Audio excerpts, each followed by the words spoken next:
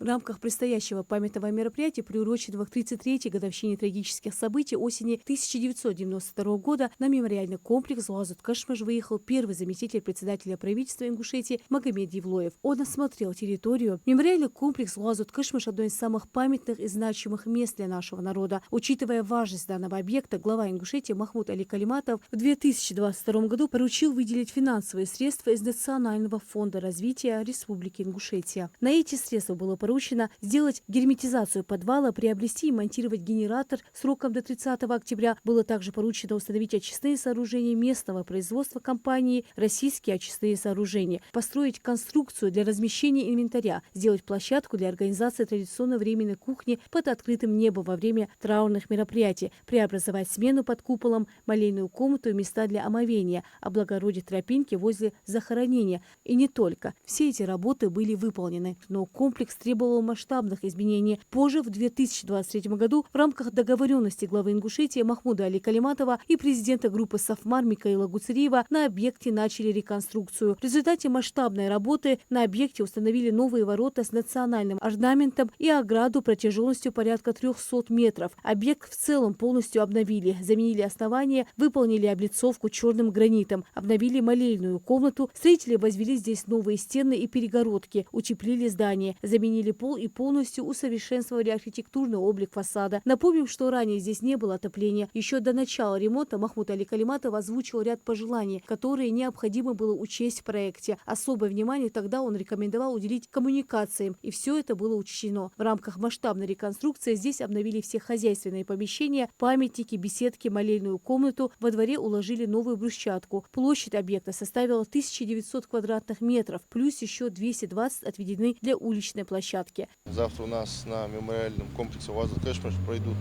мероприятия САГА.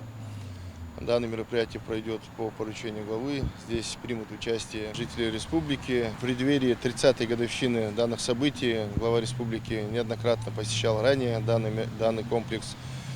Были выделены денежные средства для проведения ремонта. Данные работы были проведены.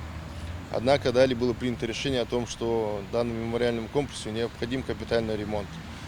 Махмуд Али Макшарипович обратился к нашему меценату, к известному ингушскому бизнесмену Гуцериеву Михаилу Саурбековичу, который выделил средства и был проведен капитальный масштабный ремонт.